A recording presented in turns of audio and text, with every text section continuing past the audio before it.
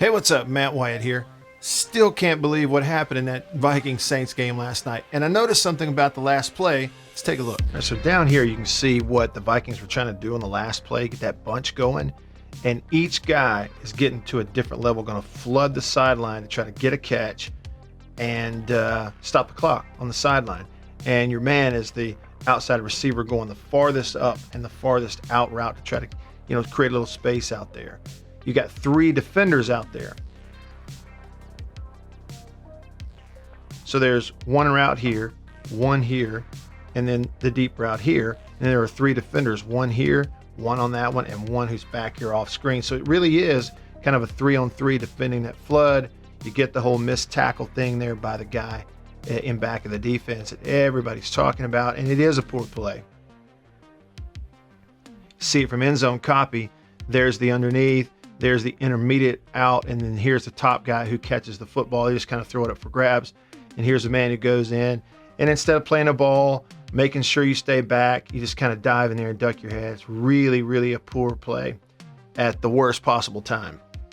So then after all that, I noticed something on Twitter. A couple of tweets that really jumped out to me. I wanted to pass along to you, make sure you could see them.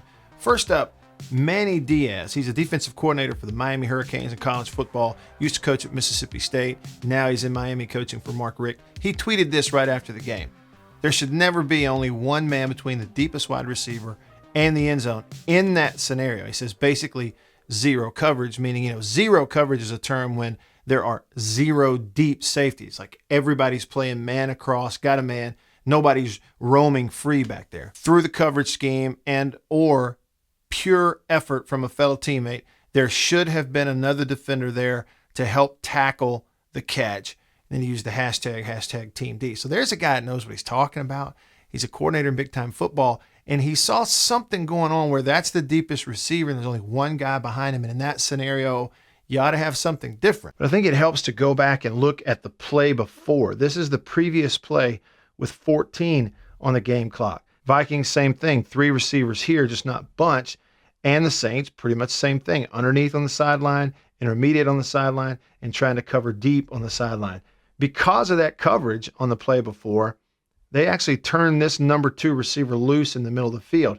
The thing about it is, this quarterback, Keenum, he's thinking with that amount of time on the clock, you have no choice but to catch a ball on the sideline, get out of bounds, right? So that's what he's looking at, sideline. The thing about it is, with 14, if they throw this uncovered receiver in the middle, you tell me, do they have time to get up there and spike it? Because they turned him loose in the middle of the field. That is smart defense. They're letting him go thinking a quarterback will never look there because with this amount of time on the clock, even if they complete it, they don't have time to get up here, snap it, and try a game winner. It's either this sideline or that sideline. So the coverage is there. The difference is, look, you got 4 defenders in the picture, right? There's the deepest receiver. Here's a guy running with him and another guy on top. So it's really 2 on the deepest receiver that side.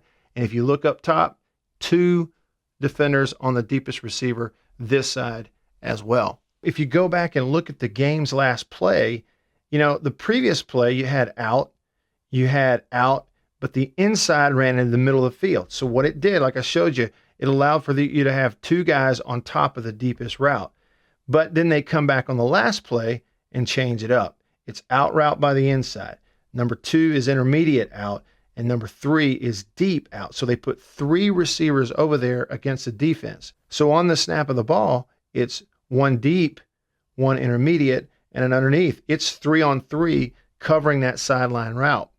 When the ball goes up top, because of those routes, again, there's your 1 underneath defender.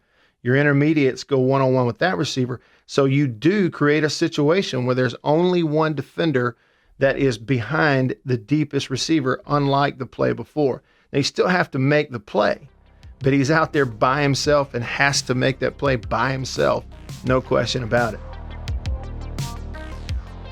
Then there's this. It is a tweet that really has nothing to do with the actual play that won the game, except for the fact that it is Case Keenum and the Vikings who did win it that way. And it comes from Zach Berman, who's a writer up in Philadelphia, covers the Eagles and has for a long time. And he tweeted last night this little nugget of information. The Eagles traded Nick Foles to the Rams for Sam Bradford. Foles lost a job in St. Louis. Case Keenum took over. The Eagles drafted Carson Wentz, traded Bradford to Minnesota. The Vikings signed Case Keenum, who replaces an injured Sam Bradford. Foles returns to Philadelphia, replaces an injured Wentz, and now Foles and Keenum are going to square off in the NFC Championship game.